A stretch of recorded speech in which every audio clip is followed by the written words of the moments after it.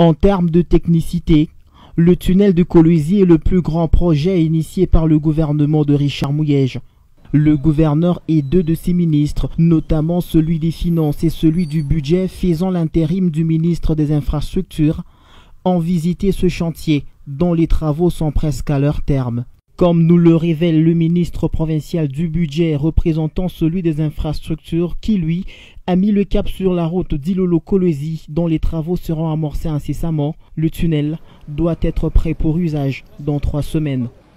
Comme vous venez de le constater, les travaux évoluent à pas des géants.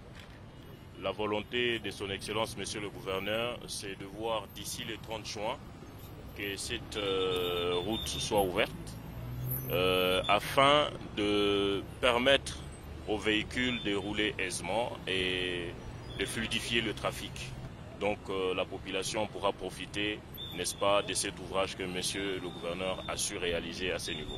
Faisant des va-et-vient sur la structure, appréciant la perfection de l'ouvrage, le gouverneur a eu de longs échanges avec l'entrepreneur du projet. Dans ce même souci de fluidifier la circulation, le gouverneur a décidé que certains travaux routiers soient entrepris dans les parages du tunnel. Il a été prévu que le prolongement de la route ou de l'avenue LDK soit refait aussi pour déboucher vers Lusanga. Et cela pour permettre à ce qu'au niveau de GPM Lusanga, qu'il n'y ait pas assez d'embouteillages.